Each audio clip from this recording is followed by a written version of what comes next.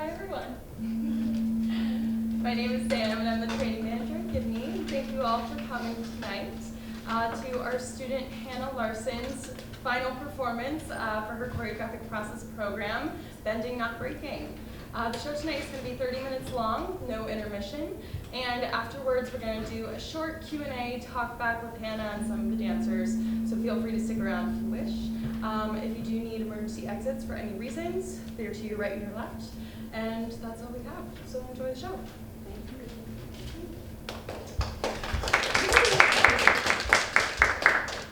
Thank you, Sam, for the introduction. Before we start, I would like to just say a couple of things. The first of which is one of the things that I really love about Gibney, which is the recognition of the land that we're on, and you can learn a little bit more about it in your programs if you would like to. We are on Lenape land, ancestors past, present, and future, and we're also on the nation's earliest and largest African burial ground. So I would just like to take a moment to honor that. And the next thing that I would like to say is that with the piece that you see tonight, all the stories that you see, they are true. And there was one more thing I was going to say, but I kind of forgot it right now. Maybe it's not that important. Sam already said that we have a talk back, so I think that's it. Thank you.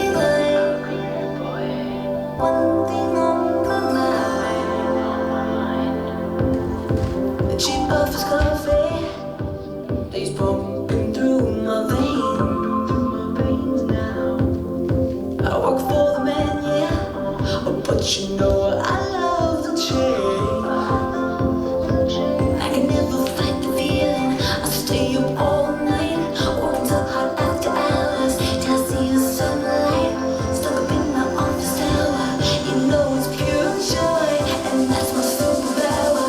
I'm a career boy.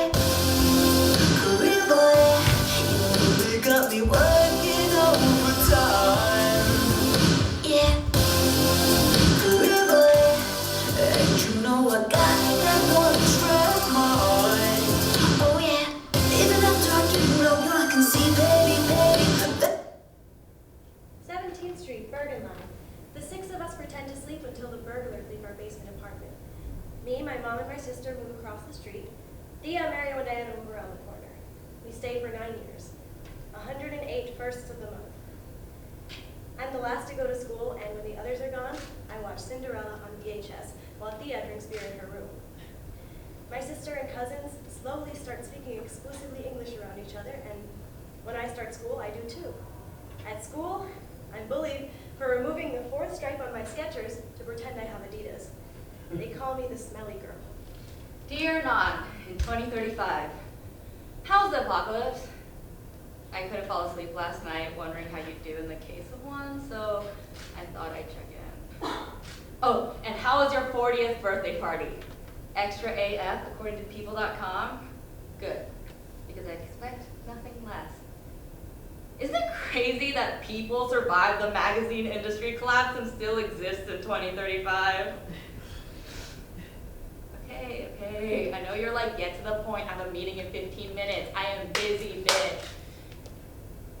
Fine. I won't waste your time. We hate that. So here it is. Help. I'm scared. I'm freaking out. This year, the evidence stacked up to show that I was breaking my body. At the time, I wasn't always aware enough to realize it. Actually, the clearest moment was when I lay in my bed completely immobile because my body was crying out in pain.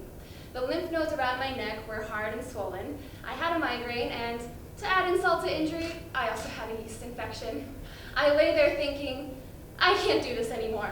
Hey everyone, just want to talk to you about inspiration, what motivates us, and I guess purpose. I realize inspiration can come in all shapes and sizes. Inspiration can be found even when you're not looking for it. One person who inspires me the most is Will Smith. Now, I usually don't follow the lives of celebrities, and I barely follow his. But I've been watching him since I was like 10 years old. From his music, television shows, and now movies. I just love how versatile he can be in all aspects. If he was in a military movie, I'd want to join the military. And if he was an astronaut movie, well, I'd want to be an astronaut. And as I got older, I realized these things take a lot of work and a lot of time. And you can't just bounce around from career to career each day. I wish someone would have told me a little sooner. Then maybe I would have done things a little differently. LOL.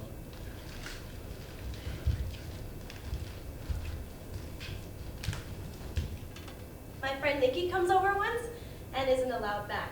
I spend hours on a paper-mache house and a mouse destroys it.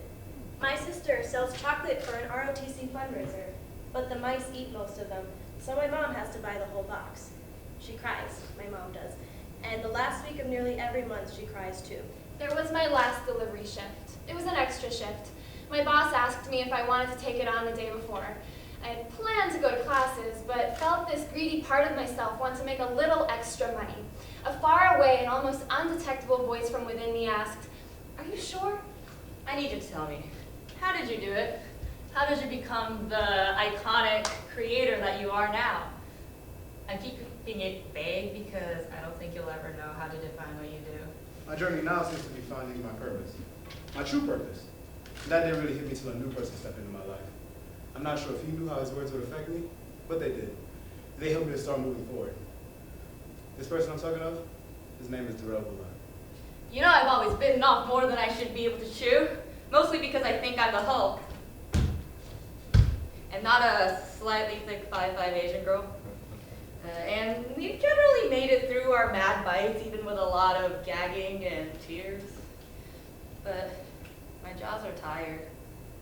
Am I supposed to keep taking these gargantuan bites and chewing slowly and persistently? But I was so proud of myself that I had made the most money I had in months. I had hit the mark of making half my rent.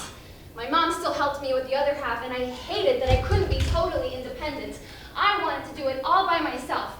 I wanted to make more money, so I took the shift. 39th and Kennedy. I transfer schools for the 4th time. This time, the kids think I'm badass because I live in the projects. They say, "You don't seem like you live in the projects." I don't know what it means to live in the projects, except that now, more of my friends' parents don't want them coming over. Again, he wasn't someone I was looking for. We just happened to meet in the classroom, teacher to student. Last time we spoke, maybe about a month and a half ago, was at a dance intensive with a choreographer named Dhayāna, and he was one of her assistants. And he came to me and asked me that famous question, what do you want? Because you have so much talent, but when I look at you, I just see you walking around looking up, not striving in any direction. And I thought to myself, IDK. And my mom thinks the last week of the month will be easier because rent is cheaper. Instead, New Jersey lowers her housing allowance, and we're back where we started. She cries, and the last week of the month she cries too. We've always had to fight to make our futures happen. Everything I wanted to see, I've made happen. I just need to know that my fight is the good fight. And he continued, I feel once you know what you actually want, you'll make it happen. And I can't wait to see what you become. Man, I don't know, but those words hit me hard, and I've been trying to find my purpose ever since. The first week of high school, a tiny roach crawls across the wall from my desk to the front of the classroom. So tiny, no one else sees it. Yeah, I want to believe that we keep punching through and everything I'm doing is leading to the next thing, and one day it'll all bloom into this beautiful bouquet of laughter, joy, and whatnot. But lately, I fear I've been running in circles, or worse, running in place. All I know right now is, I just wanna be successful. That day, I felt like my coworker was testing me. My ego puffed up to show that I could do everything he could as fast as he could. Suddenly, we got caught in a torrential summer rain. I felt like I was getting baptized against my will. He kept up at a brisk pace as if we didn't have a waterfall coming down on us. Am I just living the definition of insanity by repeatedly running myself dry for projects that pay nothing, working only for the hope that these things might lead to the next? I have a silent panic attack in my seat as Miss Valencia talks about Alexander the Great. The next year, two girls come over to finish a group project, and a roach emerges in my room. They freeze. Every time I'm through something, I feel like I'm back in the same spot, only more worn out. Maybe the circle I think I'm running in is imaginary, and I'm actually spiraling upwards.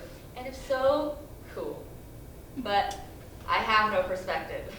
How am I supposed to see that? If we made the delivery window, we'd show in our records that we were dependable and eligible for a bonus. In all my time with this company, I made nearly every delivery window, and I never once saw a bonus. The next year, a big roach crawls across my history classroom. Why is it always history class? what makes inspiration? What makes you change your path? What gives you that drive? Inspiration can be found even when you're not looking for it. Yeah, I think I've been consistently improving at stand-up and getting better at all of my art forms, but when I'm surrounded by people who don't treat me like a human being. Humberto announces that it came from my book bag. Mr. Lopes asks if it is true, and I shrug as casually as I can and say, I live in the project. When every time someone tells me that I'm funny, I have to ask myself, do they actually think I'm funny or do they just want to fuck?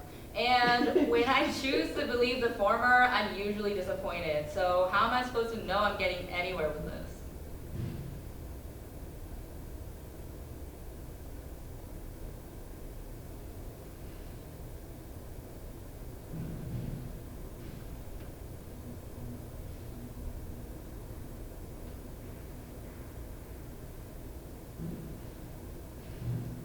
And we continue.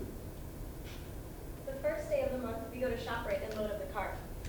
My mom keeps a running The cart card handle every time we add keeps something. slipping in my hands, and I have to switch Now, the sides. reason value to our culmination, what I'm It's what I teach myself, and what life throws at me. Do I even know? And I understand how lucky I am to be in a position to be able to do what I'm doing. But getting into that mindset makes me put pressure on myself to think that I need to be moving up and leveling up at every moment, because if I'm not, I'd be being irresponsible with my privilege. You can't buy toilet paper, toothpaste, soap, or pads with food stamps. My mom watches the register screen closely, her hands shaking as they bag groceries. Sometimes we have to put things back. A woman behind us scoffs as my mom decides whether me or my sister will get the cereal we picked out this month. If I feel lazy for even a moment, it's disrespectful to everybody who can't do comedy and theater, even if they wanted to. When the refrigerator is full, my mom says, gracias a Dios, thank God, we are blessed. The first week of the month, we have snacks, fruit, meat, and dessert. We treat ourselves to a family chicken deal at Pollo Supremo. We each get $1 to spend at Newport Mall. A few days later, I was bedridden. Everything had to stop. I had to stop. Yes, I made extra money that day, but it barely paid for the medication I suddenly needed.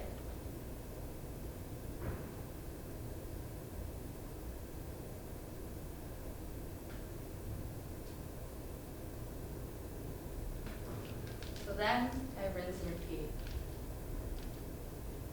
I say, The last week of the month, we eat Chef Boyardee and fried eggs with rice.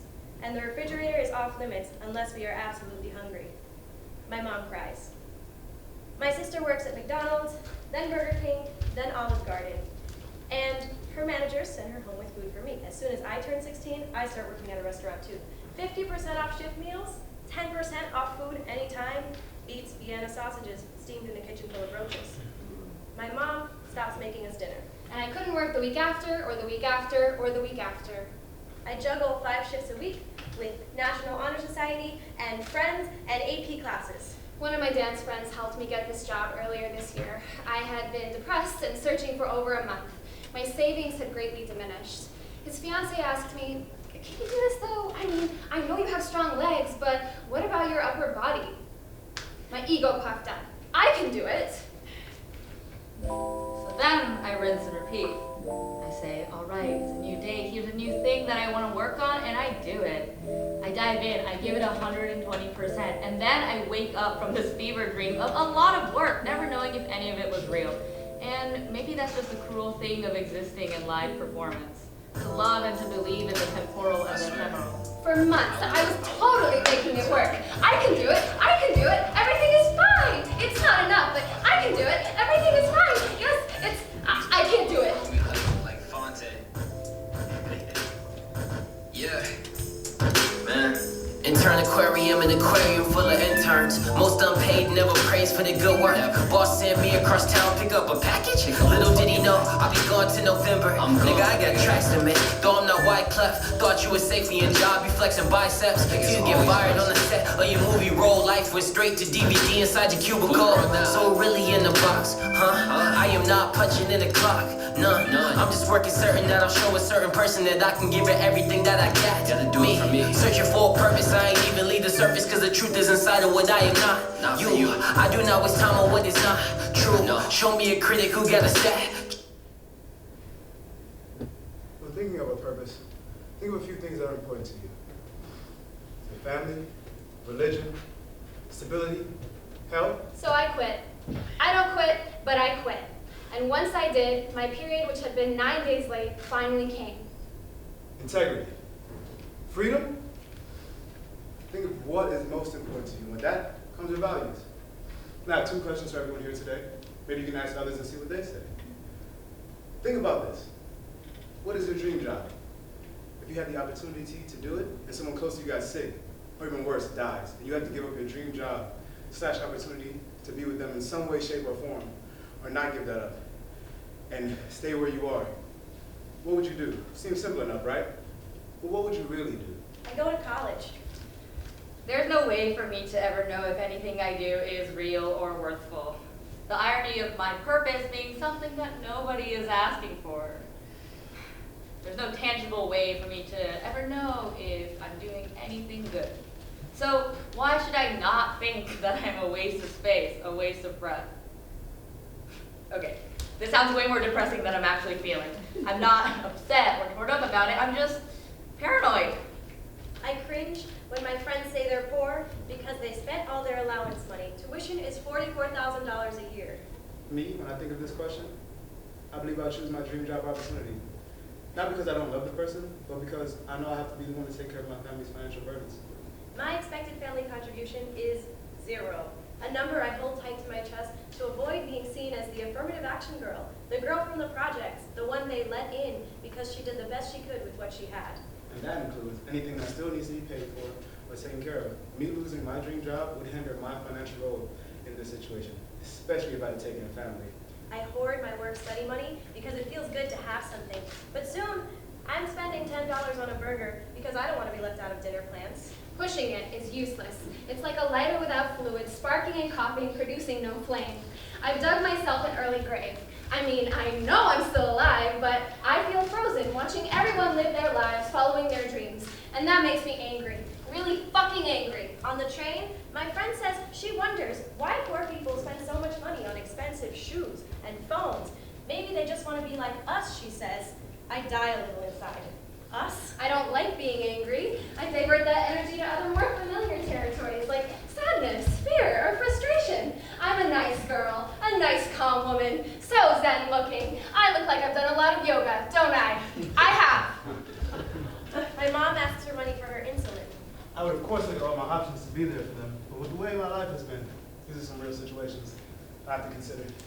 I don't have enough energy to nice away the anger here, though. Repressing my feelings has literally made me sick. I'm angry at myself, at the world, at the 1%. I feel shame in passively accepting the stereotype of what my life is supposed to look like as an artist. I jokingly said that I would be a hobo in a cardboard box for my high school graduation speech for pursuing art. My dad says I should have studied medicine or law. You have to take care of your mother, he says. Do you want to live in a tiny apartment full of roaches and mice that smells like this? I now know it is dangerous and downright ignorant that I said that. Dangerous because our thoughts and words are far more powerful than we realize, and ignorant because it devalues art which has brought so much value into my life. It feels like my future is concealed in this jawbreaker / indirect hybrid type thing that I need to get inside of.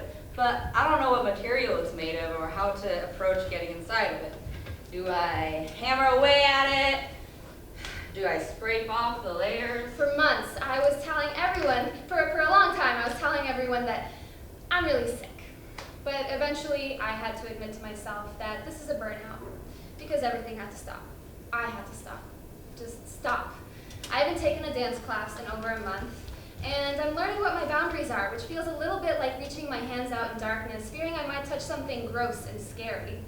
Do I put it in my mouth and suck away at it until it's melted down? Or maybe I'll fall down a deep dark hole again and truly never find my way out. Do I slice it open with a knife? It's a bit like playing Operation, but a little too real. Maybe there's a keyhole and I need to find a key. Question 2. Question 2. What if you had to do something a little questionable to get something you wanted? What if you could have all that you wanted in this world, but you have to do something a little risky to get it? What if it's one of those, I'd rather die than do that statements? Maybe it's a combination of these things. Maybe it's any of these things with enough persistence. Could you do it? I'm quite good at escape rooms, but here's a puzzle that's completely stumping me. My mom's food stamps get cut down because I no longer live with her. She cries. My sister sends her money every month. Me, when I think about this, I guess it would all come down to what it is I have to do, who would know what I did, and how that makes me feel. I guess this response is really situational. I'm worried I'll somehow forget once I physically feel better. That I'll look back at the scars of this experience, be reminded of that time I burned out, but not actually feel anything. I'm worried I'll semi-consciously fall into the machine of the city that turns up and spits out anyone not fit enough to make it. I fear that all of my tactics have been wrong, and everything I've done up till now has been futile. That I'll feel the urgency that I'm never doing enough, that I'm not hustling hard enough, that I need to catch up to this amorphous, insidious standard that I need to always be productive, and that I'll just keep collecting flexible part-time jobs like it's my job. What would be even worse is if it never even was a jawbreaker. Well, my inspirations have led me in several directions, but now, I think I found a direction. Maybe. What if I think it's a jawbreaker, but it's actually a Rubik's Cube, and I've been playing the wrong game this whole time? The system we all live in doesn't support us. Artists have to clear about 5 million hurdles before we can get to do the thing, to feel that aliveness that it brings us. I concentrate on doing something with everything I've been given, but nothing feels like enough. Art is ingrained in culture, but why doesn't our culture, especially in the US, give it the value it deserves? What if it doesn't even exist, and I'm supposed to be looking for another toy to play with, and I've been working away at this imaginary thing of my delusions? And I hoard books and art supplies and toilet paper. I learned I'd rather be angry than feel nothing. And that's exciting. When I was at peak burnout, laying in my bed, barely able to formulate the thought, I can't keep doing this, I forced myself to literally roll onto the floor and do restorative yoga poses, to breathe into my body, to breathe into the parts of me that I have neglected. I forced myself to feel. I haven't taken ibuprofen in over a month. I want to take more dance classes, audition more, I want to take more acting. I want to go for this whole entertainment thing. I moved here from Ohio a little over 3 years ago, from all these mini intensives, classes, videos, and amazing people I've had the blessing to encounter. I feel I have a clear blueprint. And here's the thing. You are the only one who's made it through this, 40-year-old me. You're the only one who's figured it out, or at least lived through it enough to know more than I do. I feel alone and confused most of the time because I have no role model or example for my life. I have no mentor who can show me, or at least affirm me, that I'm not entirely crazy. And I panicked the last week of most months. I am done suppressing and throwing band-aids over symptoms that aren't going away. And I refuse to let my insecurities and fears stop me. And I never had enough to relax. What will I do, though, if I forget? Please tell me I'm okay and that everything's gonna work out. The milk, but you also forgot to get a receipt. Yeah, let's not do that again, huh? Let's not get receipts. Gotta get receipts. It's a business. All right.